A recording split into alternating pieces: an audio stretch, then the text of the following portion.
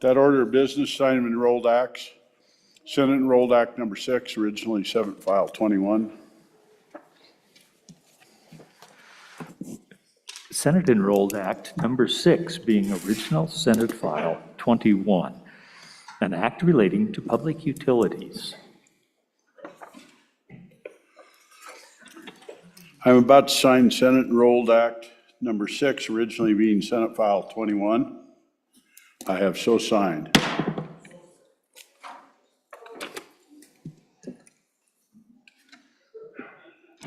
Messages from the House. From the House of Representatives, message number 191, February 29, 2024. Mr. President, Senate File 21, Public Utilities Net Power Cost Sharing Ratio, passed the House on third reading. Ayes 59, noes 3.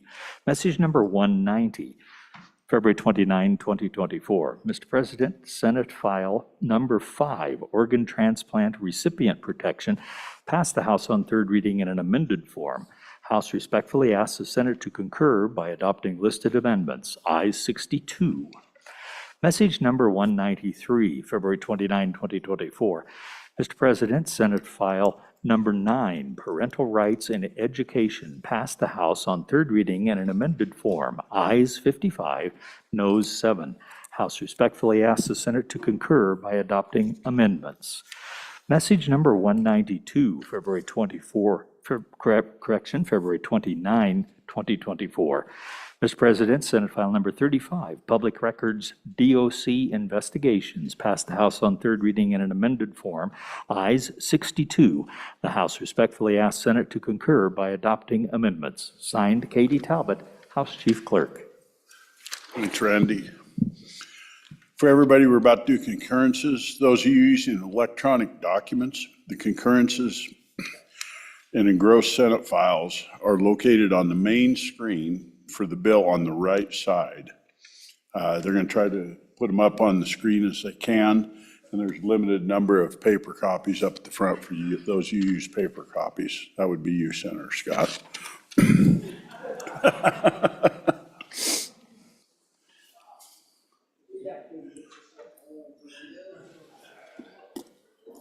Senator Baldwin, if you're ready on message number 190 on Senate File 5, I'll have that read in, please. Message number 190, referencing Senate File 5, Organ Transplant Recipient Protection, concurrence requested. Senator Baldwin. Thank you, Mr. President. I move for concurrence on message number 190 concerning Senate File 5, Organ Transplant Recipient Protection.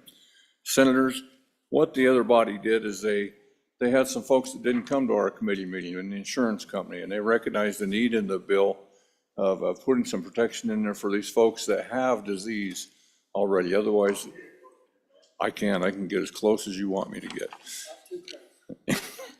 Okay.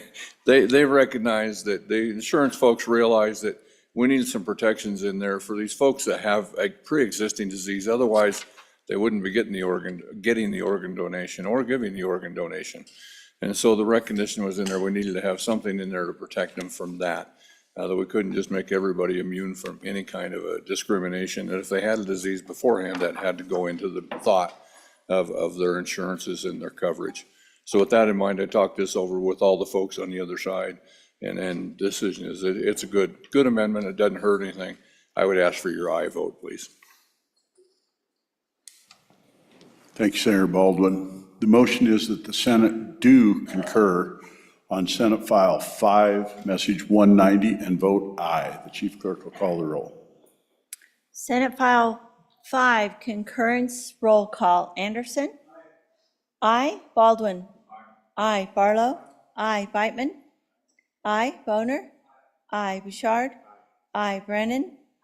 Aye. Case? No. Cooper? Aye. Dockstader excused. Ellis?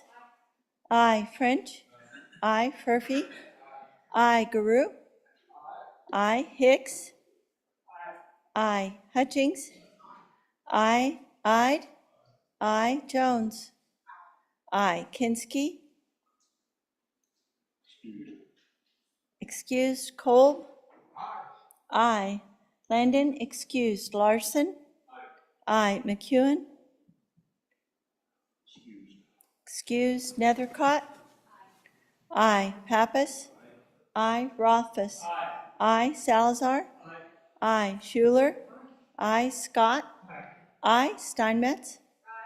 Aye. President Driscoll. Aye. Aye. Closing vote. Closing. Vote closed. Concurrence vote on Senate File 5, 26 aye, 1 no, 4 excused. By your vote, you have concurred on Senate File 5.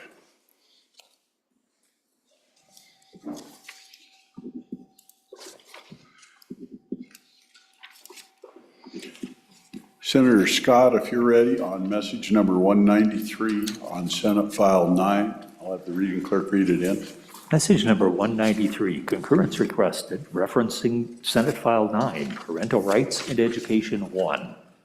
Senator Scott. Mr. President, I move that we do concur with House amendments to Senate File 9 as per message 193, and I ask you to vote aye. Mr. President, my compliments to our brethren down in the House. They did very good work on this. They tightened things up. They improved the language a bit, made it a little clearer and a little easier to implement. And they did a few things of substance that are significant and help the bill. And Mr. President, let me cite the three most important. On the first page, page 7, lines 1 through 8, and page 6, lines 22, those two references, what they did was, one of the things you need in this bill is to make clear that we aren't interfering with the duties to report abuse and neglect.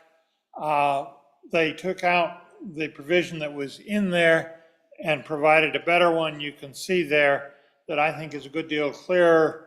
The statutory citations are correct. I looked them up and they're very comprehensive. And so that's an improvement in the bill. At the bottom of the first page, the reference is page 4, line 12. They required that there be written or verbal consent from the parent or guardian to administer a well-being questionnaire or health screening tool to the student. That's a little tighter than what we required. It makes sense that you say written or verbal, and I suspect the larger school districts will require written, and the smaller communities can get by with a verbal one. That will work, but you'll get the parental consent before administering one of those, and those have been one of the sore points. So I think that's an improvement. And then on the last page of the report, they inserted a requirement on page 3 after line 13 to obtain written or electronic permission from each student's parent or legal guardian not less than 1 day prior to students participating or receiving instruction or in any training courses or classes that address sexual orientation or gender identity. That, again, it's been a sore point. I think the majority of parents will give that consent, but there's a strong minority that won't and that feel strongly about it, Mr. President. So I think what they did is workable and will remove a lot of friction between the school district and parents. And I think that's an improvement. So I urge the Senate to concur with the House. They did good work. You don't hear that every day. The motion is that the Senate do concur on Senate File 9 and vote aye. Chief Clerk will please call the roll. Concurrence roll call vote, Senate File 9. Anderson? Aye. Aye. Baldwin? Aye. Barlow? Aye. Beitman? Aye. Boner?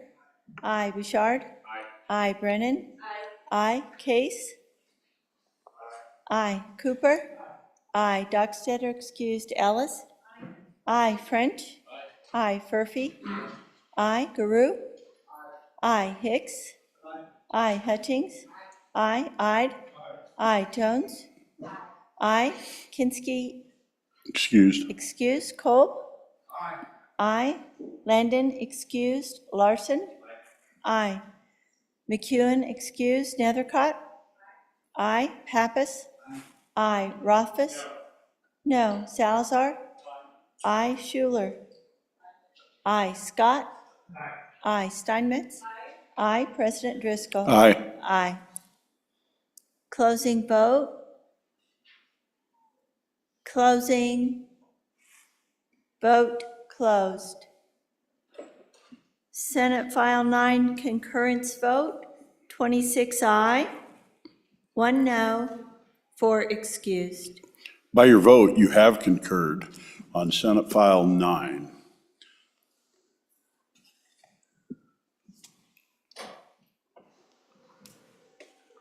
Senator Cooper, if you're ready on message number 192 on Senate File 35, I'll have that read in. Message number 192, concurrence requested referencing Senate File 35, Public Records DOC investigations. Thank you, Mr. President. I would move concurrence on message number 192, Senate File 35, and urge your vote no. Ladies and gentlemen, this is not a huge bill, but there, one little comment on it, on page 2, is something we put a lot of thought, a lot of discussion into in committee, and what they have struck out of our amendment was upon approval of the Attorney General. That's the only difference in the whole bill. But it's something we felt really needed to be in there, something we spent a lot of time on. And as such, I would ask for your no vote. Thank you, Senator Cooper, so much for the good work.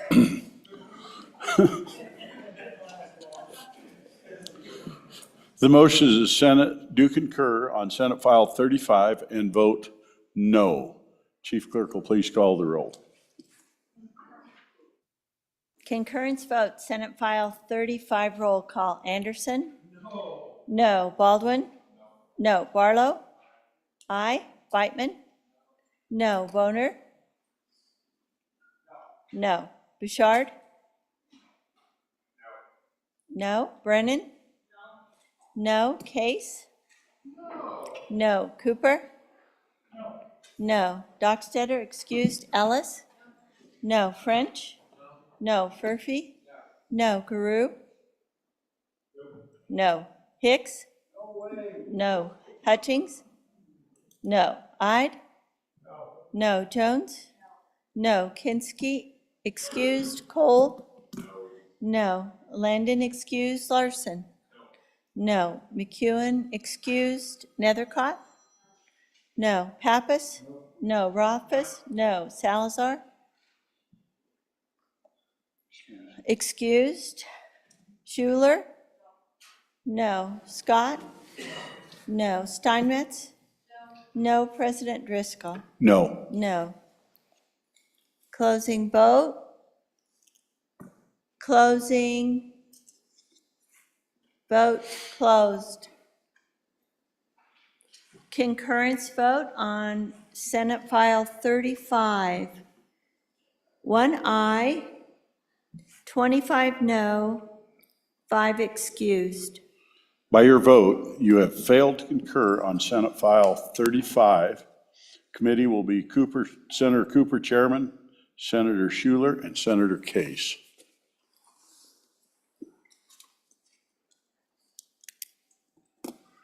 Do you have anything to read in, Randy?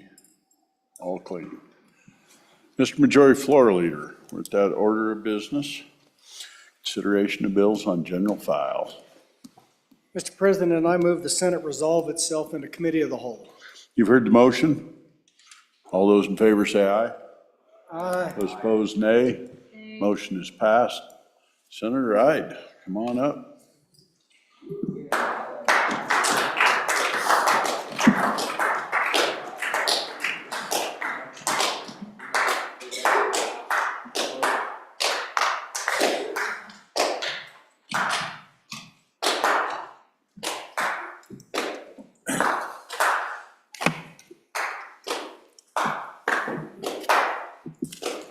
cheat sheet?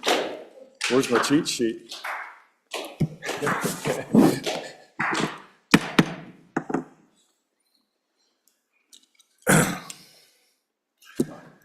The committee of the whole will please come to order. Let me see here. Where do we go next?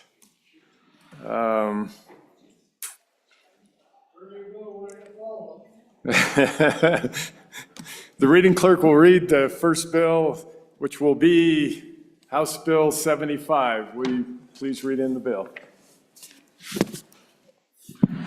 House Bill 75 engrossed, Public Property Amendments, sponsored by the Appropriations Committee, an act relating to public property and buildings. You've heard the reading of the bill. What is your pleasure? Senator Anderson. Thank you, Mr. Chairman. Mr. Chairman, I move that when the Committee of the Whole rises to report, it do so with the recommendation that House Bill 75 do pass.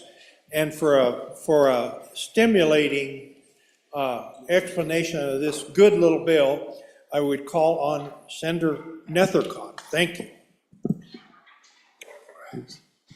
Senator Nethercott. Thank you, Mr. Chairman. I make no such promises that this presentation will be stimulating good senators. No such representations. So, but we'll do our best. Good senators, this is a pretty extensive bill, but it reflects a lot of good work from your Joint Appropriations Committee and the members who care deeply about state public construction and costs associated with major maintenance.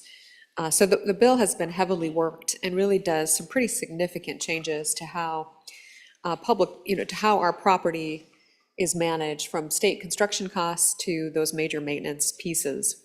So the intent of the bill is to establish the policy for the preservation and maintenance of all the buildings we fund with general funds, because we know that that cost continues to go up, and as construction costs continue to go up, this continues to be a concern, and there's been a historical challenge associated with how different government entities maintain their buildings, and then who's responsible for those costs, either for potentially intentional or unintentional failure to maintain, and then when it becomes a capital construction cost versus a major maintenance piece. And so this bill is attempting to address that primary concern with the intent that each component, equipment, or system will function through its design life cycle. So we're really intending with this bill to make sure all the government entities that we fund using general fund funds have a system in place or a process in place through this bill to maximize the life cycle of the system, component, equipment, or the building itself. So all of the types of government entities that are impacted by this bill are the state properties under the State Building Commission and serviced by A&I, which includes this building, the Capitol, all state facilities, the State Hospital, Wyoming Life Resource Center, Retirement Center, Department of Corrections buildings, all the state-owned offices, including Hirschler, Supreme Court, Hathaway, all K through 12 schools. So this bill is really encompassing through K through 12 as well, community colleges, and the University of Wyoming. We did hear feedback from them throughout the interim regarding the additional requirements on them. And so please know that even though they are expected to have these additional very, I would say, some would say onerous requirements regarding record keeping and maintenance logs, they do support the bill. So first, we go into the sections of statutes and we conform the definitions for all of these types of government entities, buildings, taking essential language from the pertinent definitions and really conforming them into the state construction department statutes. So an important concept there, recognizing that each of these different buildings entities that we've talked about have some of their own definitions, creating inconsistency for the state construction department and for your Joint Appropriations Committee about when these buildings should be funded. So throughout the bill are those definitional conforming statutes or changes. Second, what the bill does, and really important, is a focus on identifying what major maintenance is. Again, a lot of confusion about major maintenance. This costs the state hundreds of millions of dollars a year in these costs. And so it's defined herein as the repair and replacement of complete or major portions of property systems at irregular intervals, which is required to continue the use of the property at its design capacity for its designed intent. The rationale being that all components have a life cycle, and we should anticipate the need to replace these systems as they reach end of life. And so anticipating that from a budgetary perspective is really important. Then for each of these systems or components, as they each reach their full life cycle, what routine maintenance is critical? As you know, if you don't change the oil in the engine, it doesn't last as long as it should, or if you don't rotate the tires, you have to replace them sooner. So we're trying to save money with this bill by providing a consistent framework. Here's where the burden really comes on the backs of these government entities, where we are requiring all of them to develop and maintain a major maintenance plan that requires them to submit their major maintenance expenditures and commitments to the State Construction Department for the review at the end of each year. The State Construction Department identifies those major maintenance expenditures that were earlier anticipated, either before the end of the life expectancy of the component, equipment, or system, and they're determined if their premature failure was due in whole or in part because of neglected routine maintenance.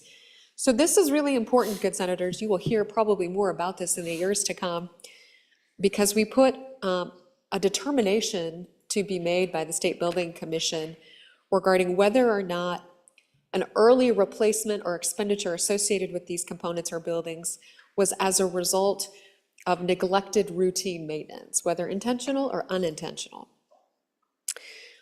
Recognizing that even with appropriate routine maintenance, systems can fail, and that's no one's fault. So there's an acknowledgement in the statute and within the State Building Department that is a reasonable occurrence. But if, however, it is determined that premature failure is attributed to negligence of routine maintenance, then the entity itself would be responsible to cover the proportional cost of the component, equipment, or system from their budget, and not from our state major maintenance funds. So this is that accountability for not maintaining the asset. The fourth major issue addressed in this bill provides avenues for the agency to dispute a claim of negligence. Again, it's not simply this top-down determination by the State Construction Department, but does allow them to have an appeal-type process and to explain why maybe that determination was unfair or uninformed. The fifth component happened in the other side with the standing committee amendment on the other side, and just to make sure there's a clear understanding of what happened there as it came over here. In the original draft, we did require the entities to report their major maintenance plan and anticipated expenditures to the State Construction Department before the projects were started. We had one entity report that this reporting is currently done at the end of each fiscal year on what major maintenance projects were worked on in the preceding fiscal year. So we changed the language of the bill to kind of reflect what's currently on the ground, not to create too much burden on those entities who are participating in a similar type structure. And we just updated some of the language to be consistent with industry terms. So with that, good senators, that's the bill. It is 44 pages. Sensing you are deeply enthralled and stimulated by that presentation, I am happy to stand for questions. Again, it's a pretty significant change to how we manage major maintenance with this evaluation of determining whether or not the early replacement or premature replacement of a component or system was a result of neglect. So I think a significant way for us to maintain that appropriate oversight over those state dollars that provides a fair process. Again, they all participated in the interim, heard their feedback, incorporated into this bill. Hope you can support. Discussion. Senator Hicks. Yeah, Mr. Chairman, this is a pretty extensive bill, so I'm trying to find something in there. Maybe Senator can help me. But was there any discussion about property not being the buildings, but the land, and requiring maintenance requirements, particularly when we look at all the other state lands out there that have some level of infrastructure on them? Was there any discussion on how that would be wrapped in, or was it even discussed, I guess would be the question.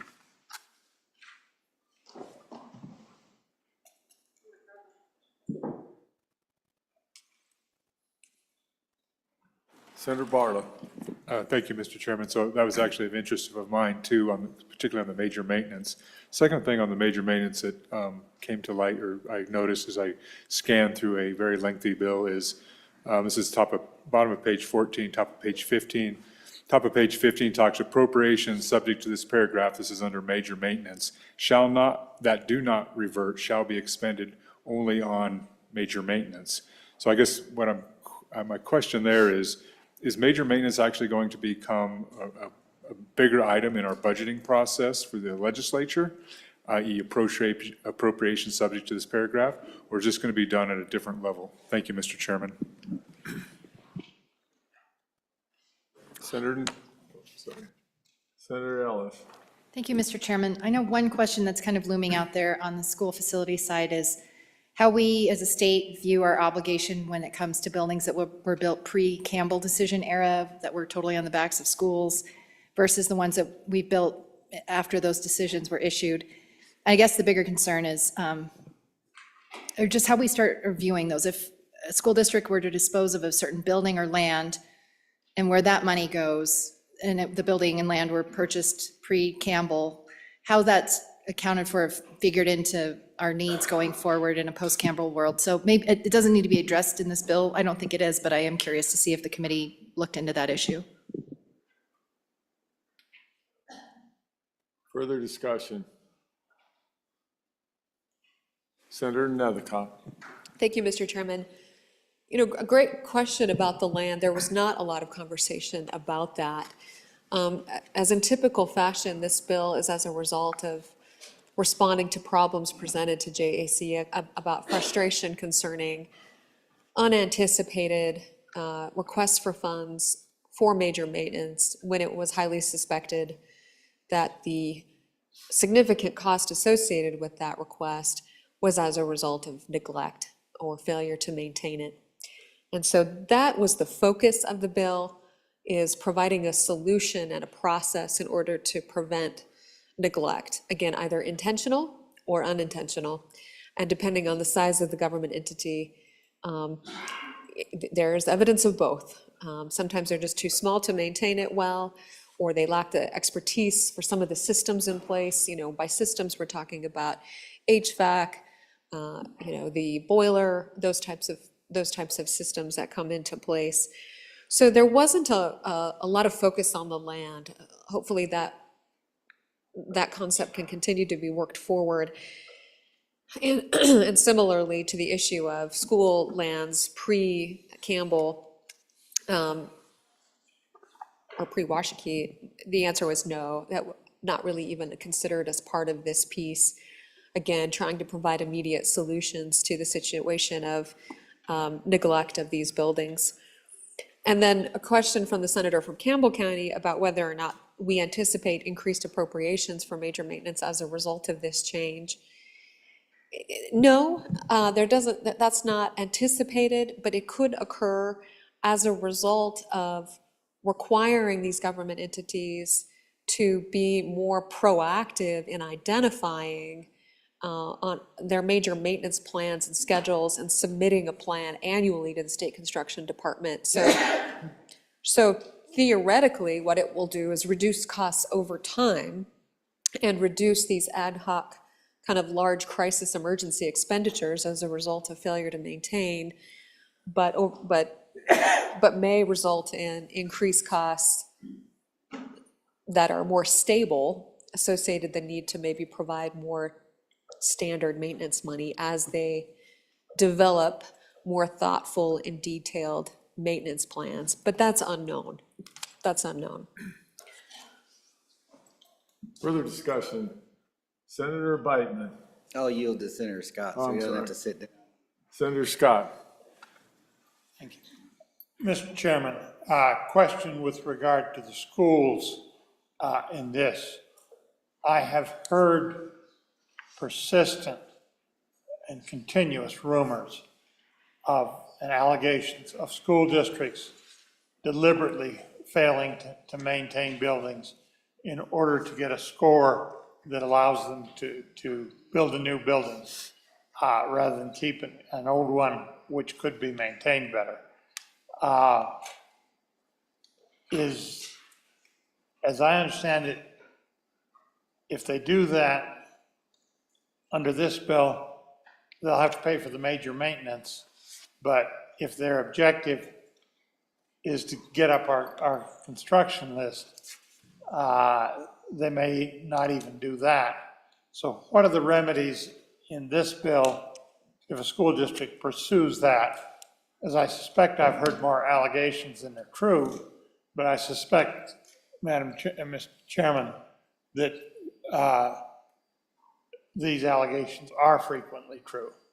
And it's an expensive problem for us.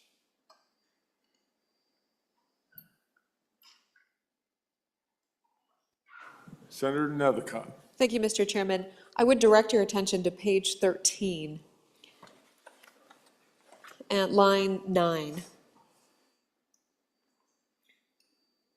it says, "The department shall report all neglected property and the proportional costs attributable to neglected routine maintenance to the respective governing body, which may include the State Building Commission, the Community College Commission, the respective District Board of Trustees, and whomever else. And the department shall submit a compiled report on neglected property to the Joint Appropriations Committee each year as well."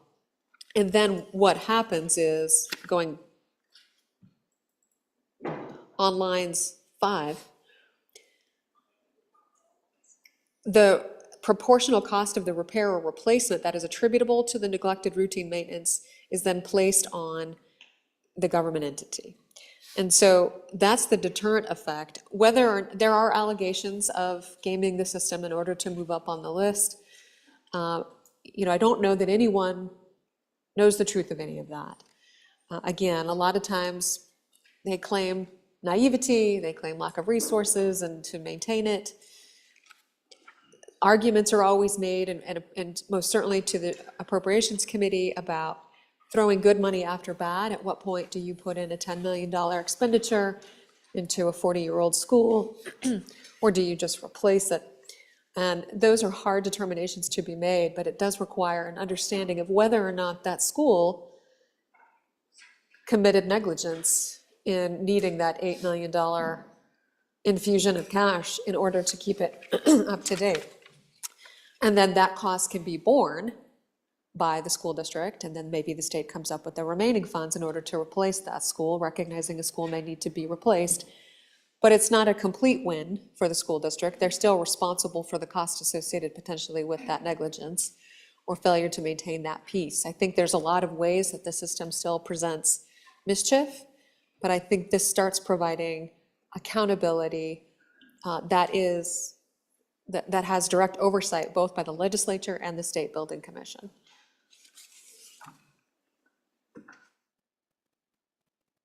Senator Biteman. Thank you, Mr. Chairman. I'm glad I yielded to the good, tall senator, because he took the words out of my mouth and probably phrased the question way better than I ever could have. So, but from what I'm hearing, I think we're getting close, but not quite all the way there on the issue of, does this bill as its current form, are we knocking them down the list if they, I'm not gonna say cheated, but air quotes cheated for the people listening out there, the system to get to neglect their buildings for years and years and years in order to get a new one?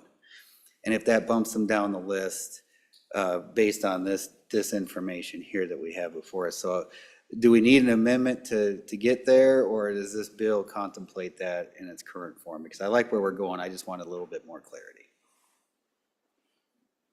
Senator Rothfuss. Thank you, Mr. Chairman. Mr. Chairman, I kind of want to remind the body a little bit on the school facilities, but this also applies to all of our facilities, that there has been no point since I've been in the legislature where we've fully funded major maintenance at the recommended values that any expert out in industry, out in capital construction would recommend. To be very clear, on the School Facilities Committee, we hired consultants to tell us what that number should be, what percentage major maintenance should be, based on the most effective preservation of our assets. That number came back at about 2.7%. we fund major maintenance at 2%. So since that date, we have chronically underfunded intentionally, knowingly and willfully. This chamber has underfunded major maintenance for all of our school facilities, and that means that they're continuously being deprecated relative to what it costs to upkeep them. So the idea now that we're going to reach out and hold them all responsible for failing to keep all of the equipment in adequate repair, when we know definitively that we have never provided enough resources to maintain those facilities, I mean, it seems a little bit hypocritical because we're literally the ones that get to make that decision. So when we do have school districts that are triaging buildings, trying to figure out how to maintain with a fixed resource that comes in, and then you've got component model funding, you've got major maintenance, and you've got new building funding, it is true that districts look at it and they're like, all right, what's the best we can do? We have this district that's rising on the list. Do we keep investing in that building, knowing that we're probably better off spending our inadequate major maintenance funding on this building that will last longer? So it's a little bit, I think, disingenuous to look around the state and blame the bad actors of all of the people that are managing those buildings, when in reality, Mr. Chairman, this legislature has underfunded this chronically for many, many years. And we don't want to raise it because it costs a lot of money. Those are big dollars we're talking about, shifting from 2% to 2.7%. That's non-trivial.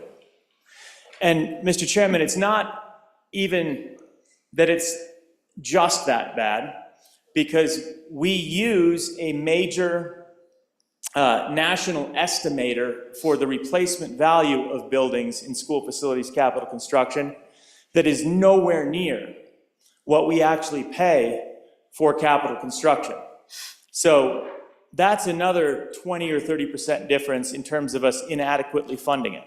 So I understand the intent here, and I don't think the intent was to go down this rabbit hole we've gone down about blaming school districts and others for intentionally eroding the integrity of their fleet. But at the end of the day, we set the policies that determine how much funding goes out for major maintenance and routine maintenance on these buildings. It's done in this chamber, it's done down the hall. If we are intentionally and chronically underfunding that, we can't expect anything other than the erosion of the quality of those facilities. And then for us to go back and say, well, you let your facility go, we're gonna bill you for it. I don't quite know where they would get the funds to do that when we've been inadequately funding them all along to begin with. So I realize that's an unpopular topic. When we chronically underfund, we lead to an erosion. I don't know if that was discussed at all during the drafting of this legislation. I think this legislation comes from a good place, but until we're fully funding, we can't hold districts or other entities responsible if they're unable to provide sufficient upkeep when they can't afford it. Further discussion. Senator Hicks. So, Mr. President, I partially agree with my colleague over there that there's some associated with probably lack of funding, but to presuppose that every single building out there that's not meeting up to code or requires some strictly to funding is probably not accurate.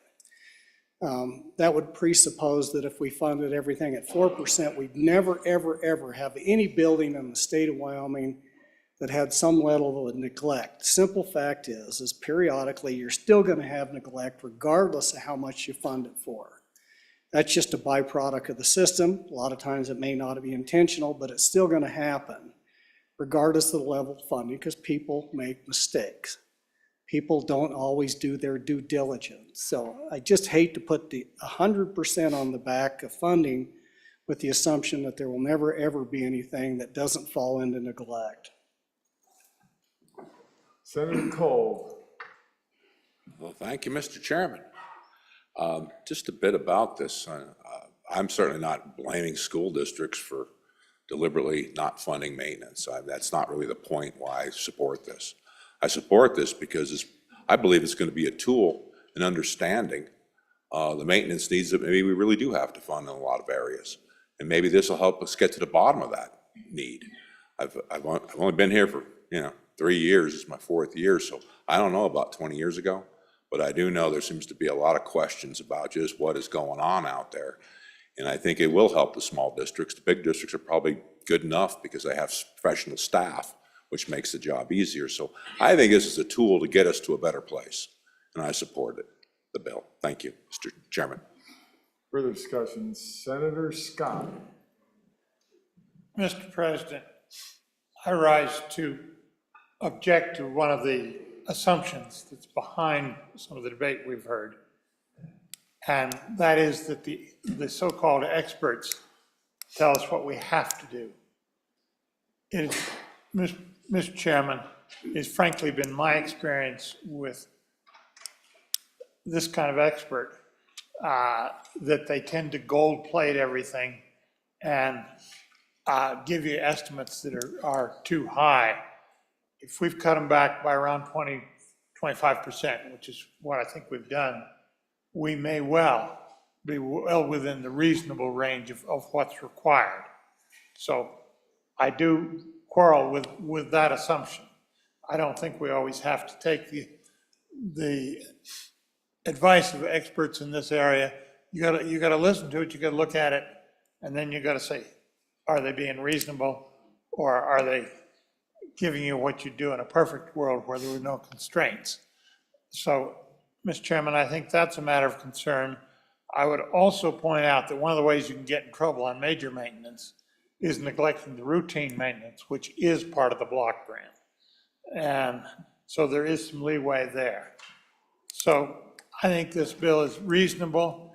If we find chronic problems right across the state, as time goes on, that'll be feedback we'll need, and we can take corrective action here in terms of the amount of major maintenance that's required. I would say on the question of what went on 20 plus years ago, Mr. Chairman, in the pre-Campbell days, major maintenance was often neglected in the larger school districts because they could not fund their operating. And they made a choice between teachers and buildings. It's hard to quarrel with that, but we had to pay for that when the decision came along. And we did some, but we well exceeded what the court had I think, accurately identified. There was a good study, and we exceeded what we paid by quite a bit, even when you allowed for construction. So, Mr. Chairman, that's just a bit of background. Further discussion, Senator Anderson. Mr. Chairman, I agree with the previous speaker that said we kind of went down a rabbit hole. This is not just about school buildings. This is about all buildings that the state owns. And the schools have their methods to get major maintenance and whatnot. Some of these other facilities don't. And that's what this was designed for, was what do they do for major maintenance? And so we are kind of going down a rabbit hole on one area, and that's the schools. We're talking about community colleges, university, and all public buildings that need to be maintained. Thank you. Senator McEwen. Thank you, Mr. Chairman. I think we got to look at two factors on this. It's not necessarily routine maintenance isn't being done because of funding. We went through some buildings over the interim, and once again, they're schools, but I'm assuming everything else is in the same area, which could be a problem. But part of their issues weren't the amount of money they were getting. They can't hire janitors and people to do the routine maintenance, which leads to bigger maintenance problems and major maintenance. Thank you, Mr. Chairman. Further discussion, Senator Barlow. Thank you, Mr. Chairman. So when you have big, long bills and the debate goes on, and you start reading more and more, you find, oh, this is really interesting. So page 43, and I don't know if this is I'm almost to the end of the bill, Mr. Chairman. So page 43, new language in codified statute that talks about community colleges being responsible for funding not less than 50% of any construction. And you go below that, and then it talks about major maintenance and their requirements in that. So my question is what is current policy for community colleges? It doesn't have to be answered today, but what is current policy for community colleges when it comes to construction costs and the share, if you will, with the state general funds? Thank you, Mr. Chairman. Senator Nethercott. Thank you, Mr. Chairman. Addressing the question from Campbell County, that, on page 43, that is current practice. It is not codified, but it is current practice. And so that would put it in statute as to how that's been managed in recent history. Question about whether or not it would move someone down the school facilities list. This bill would not do that, but I would assume that the information obtained as a result of determining that neglect analysis could potentially have that impact, have that effect, but the bill does not contemplate that. So important to recognize that is somewhat of a rabbit hole, but certainly connected for purposes of this bill. I would also just draw kind of your attention back to what is significant part of the bill as well, which is the definitions, really starting on page 6.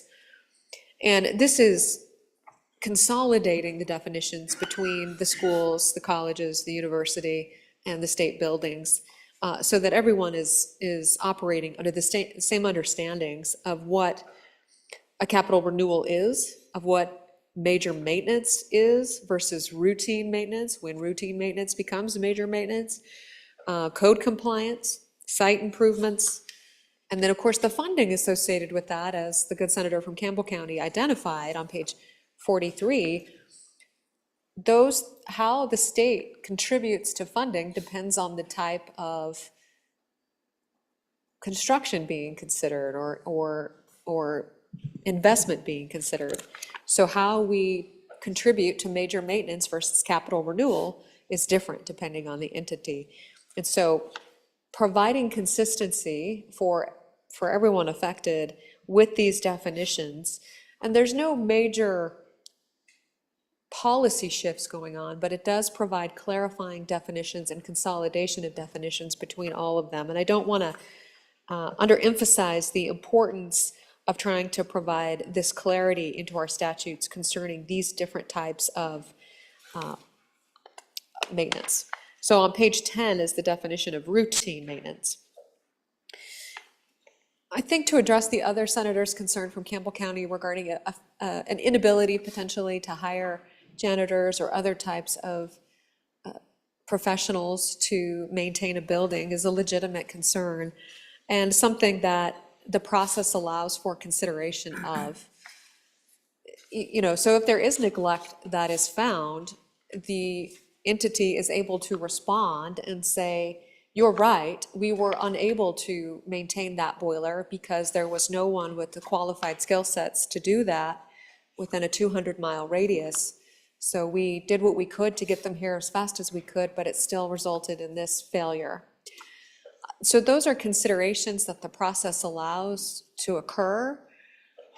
But I think it's certainly still discretionary and subjective if it's a failure just to be a good employer and you can't keep employees as opposed to an actual market condition or an inability to find the requisite professional. So again, a lot of subjective opportunity here in determining whether or not that neglect should be assessed proportionally or entirely to that government entity. So I do anticipate there to be significant challenges to that down the road, but at least we do have a process for allocating that responsibility other than it just coming back to the state to fix that failure.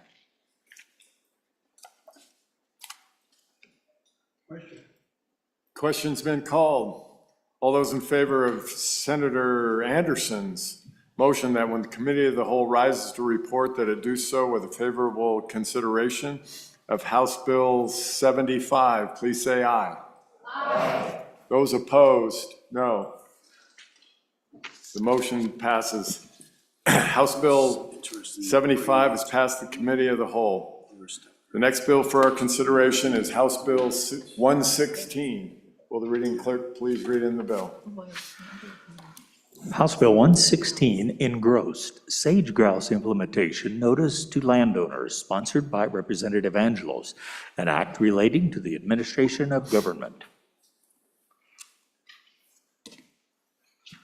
Senator Steinmetz. Thank you, Mr. Chairman. I move that when the Committee of the Whole rises to report, it do so with the recommendation that House Bill 116 do pass, and I would ask that the Standing Committee amendment be read in at this time. House Bill 116, Standing Committee Amendment Number 1, to engrossed copy, to corrected copy, page 2, line 8, delete. Thank you, Mr. Chairman, and I would move Standing Committee Amendment Number 1 to House Bill 116, and for an explanation of the bill and the amendment, I would call on Senator Barlow. Senator Barlow. Thank you, Mr. Chairman. Thank you to the Agricultural Committee for bringing this forth and their good work with the amendment. So for those of you who may be looking at a paper copy, you'll note that it's a corrected copy, which is a different color. And so instead of our standard green, when it's come over and had some amendments from the other side, an engrossed copy, an engrossed corrected copy, I guess, is pink. So for that, with that short explanation of why we're working with a different color, I'll go into the bill, or the need for the bill. So ladies and gentlemen, as we know, we have federal agencies who have interests in Wyoming, and sometimes those interests are contrary to what Wyoming would say our interests are. And so over the past 20 years, just almost 20 years, there has been a series of our chief executives that have used their power of executive order to try to belay some of the concerns, particularly with the listing of the greater sage grouse as an endangered species, by basically placing using Wyoming and the authority they had as the chief executive to say, hey, we're going to take care of this. We do not need the federal government stepping in here, particularly with an endangered species listing. So that started in the mid-2000s. That has carried forth, and the federal government every so often has a review of what they're doing, and they say, oh, we're going to think about it, or no, we're not going to. Well, we're in another one of those periods right now where there's the federal government, that agency that deals with federal lands, a bureau that deals with federal lands, is considering if they're going to list that greater sage grouse as an endangered species. So once again, as we've went through this process, Wyoming has basically been able to hold those listings and hold those things at bay. And in 2015-16, in that range, we actually codified something that we'd kind of been doing informally, and it's called the Sage Grouse Implementation Team. And that put in a process into statute of a group that the governor appoints, and there are legislators involved. In fact, one of the members of this body, Majority Floor Leader, I believe, is a part of that body, or I know is a part of that body, to give guidance and suggestions to the governor to consider in their executive order. So let's fast forward to about a year ago right now. That federal agency said, we're going to move forward. We're going through the process. That includes scoping comments and all these things. And that implementation team came to Northeast Wyoming and said, there's a place up in Northeast Wyoming. We think this is really fine sage grouse habitat, and we're going to include it in I would say, relatively restrictive type, place it in an area or a zone that has restrictions. And I pay attention to what's going on. My family's ranch was a part of this particular area, and there were other areas throughout the state that were being considered for this. But this particular area was new.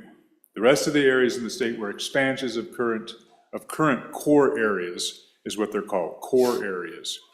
This area was completely new. It had been considered in the past and had not been implemented. This time it was being considered again, and it was quite expansive. So myself and neighbors started talking to each other, and we found out that many of our neighbors didn't know what was going on and what the impacts, what the consequences of this potential designation would be. And so as we became more organized, et cetera, and engaged with this team. And they met multiple times in different parts of the state, and they were very responsive and receptive to the comments that came from the landowners, myself and my neighbors, and landowners from other parts of the state. They were very receptive to hearing our concerns. What we in our community decided, and you'll look at the names on this list, these are Northeast Wyoming legislators who were involved in this, became very familiar with is there wasn't any public notice for the impacted landowners.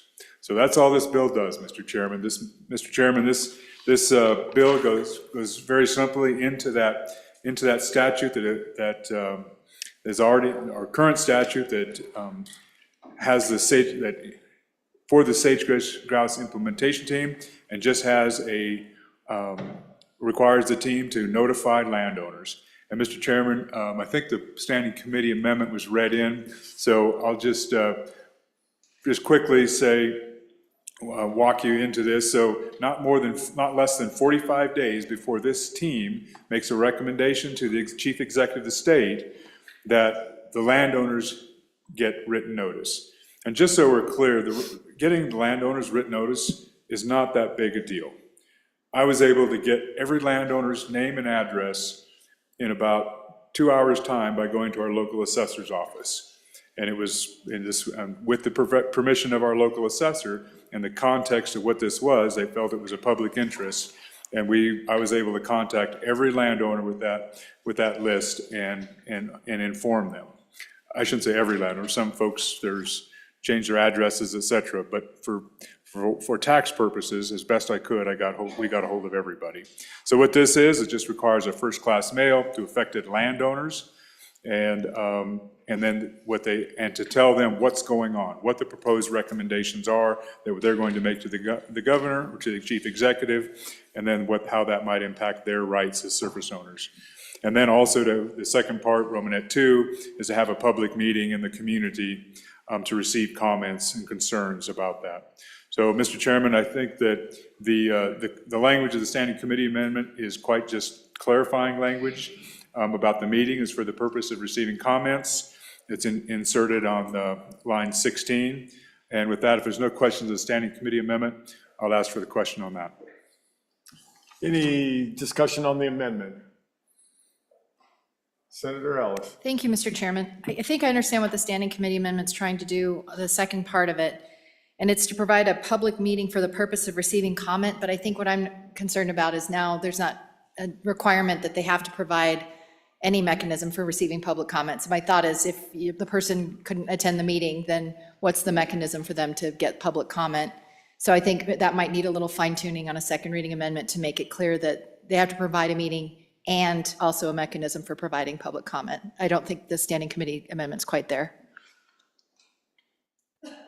Senator Barlow. Thank you, Mr. Chairman. So certainly, I'll look back in the previous sections of this piece of statute, but I know that the implementation team was taking public comments, written comments throughout this process. So I think this more had to do with the community-based concerns than the broader concerns. So certainly, I think there's ample, but if we need to be clarified, it could be here and it could be actually in a different subsection. So if there's no further questions, I'd call for the question on the Standing Committee Amendment.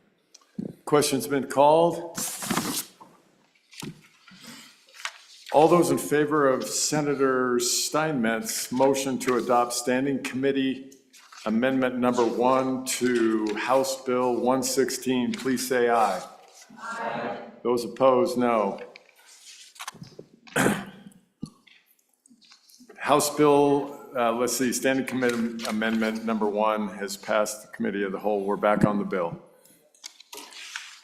Senator Barlow. Thank you, Mr. Chairman. So, ladies and gentlemen, you all see an effective immediately date because this is active right now. This is underway right now.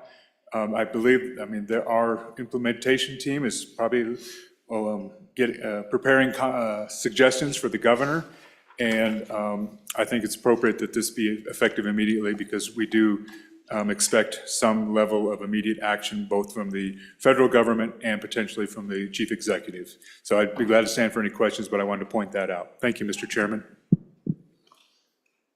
Senator Ellis. Thank you, Mr. Chairman. A question for the bringer of the bill on, and maybe it's found elsewhere in the statute, but just discussing what the duty might be to inform the mineral owner who might be impacted. I'm guessing they would have a surface use agreement with the surface owner, but I'm just wondering how that's currently working or not working, and if that needs to be contemplated. Senator Barlow. Thank you, Mr. Chairman. So actually, that was in one of the original drafts of this bill, was notifying mineral owners.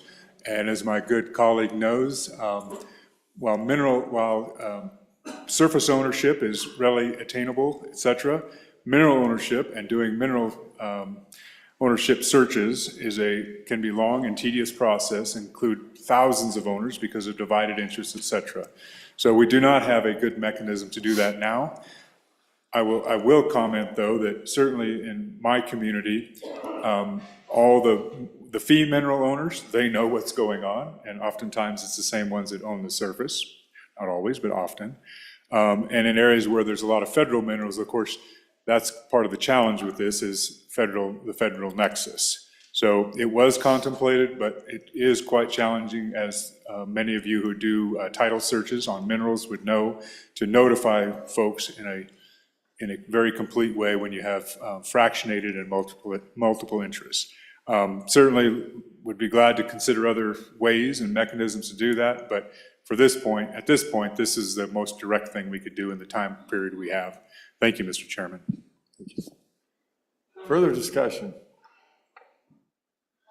Seeing none, all those in favor of Senator Steinmetz's motion that when the committee of the whole rises to report, that it do so with a favorable consideration of House Bill 116, say aye. Aye. Those opposed, no. House Bill 116 has passed committee of the whole. Senator Hicks. Mr. Chairman, I move the committee of the whole rise and report. You've heard the motion. All those in favor say aye. Aye. Opposed, no. Motion carries.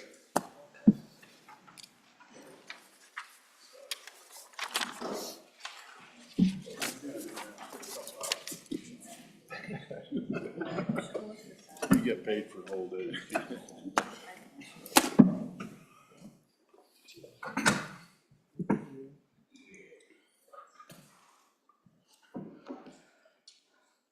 Clerk will read the committee of the whole report.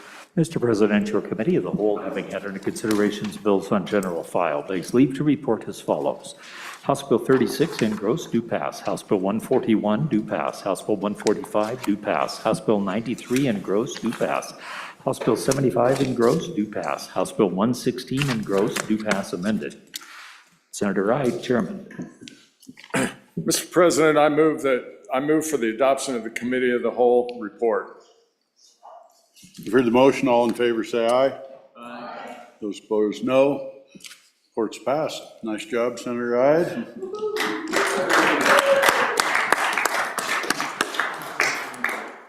Randy, do we have any reports of any kind? Mr. Majority Floor Leader. That clears the desk. Mr. President, I move we stand adjourned until 9 a.m. Friday, whatever day in February that is. March. Yeah, February 30th, also known as March 1st. Senator Scott, are there any announcements? Mr. President, your committee number 4, Education, will meet tomorrow morning. The notice says 2 hours before Senate convenes, which will be 7 a.m. Downstairs in room W10. We're going to try to finish our work on House Bill 166, Education Savings Account. Thank you, Senator Scott. Senator Baldwin. Thank you, Mr. President. Your committee number 10, Labor, Health, and Social Services, will meet at 8 a.m. tomorrow in room 6 and online to hear House Bill 24, Certificate of Need repeal. Senator Beitman. Thank you, Mr. President. Your committee revenue will meet upon adjournment to finish up a couple of bills. House Bill 4, Property Tax Refund Program, and House Bill 45, Property Tax Exemptions. Senator Schuler. Thank you, Mr. President. Senate Committee Number 6, Travel, Recreation, Wildlife, and Cultural Resources, again, will meet at a different time than usual. It'll be tomorrow, Friday, March 1st at noon. On Capital Extension W2, we'll take a look at HB House Bill 60, Excess Wildlife Population Damage Amendments. Senator Cooper. Thank you, Mr. Chairman. Committee number 9, Minerals, will meet Friday, March 1 of 2024 upon noon recess in Capital Extension Room W004 and online. We will be considering one bill, House HJ0003 engrossed, support for local input in federal rulemaking. Senator Steinmetz. Thank you, Mr. President. Your committee number 5, Joint Agriculture, State and Public Lands and Water Resources Committee, will meet Tuesday, March 5th at 8 a.m. in the Capitol Extension Room 6 and online to consider interim topics, so we will meet jointly with the House. Thank you.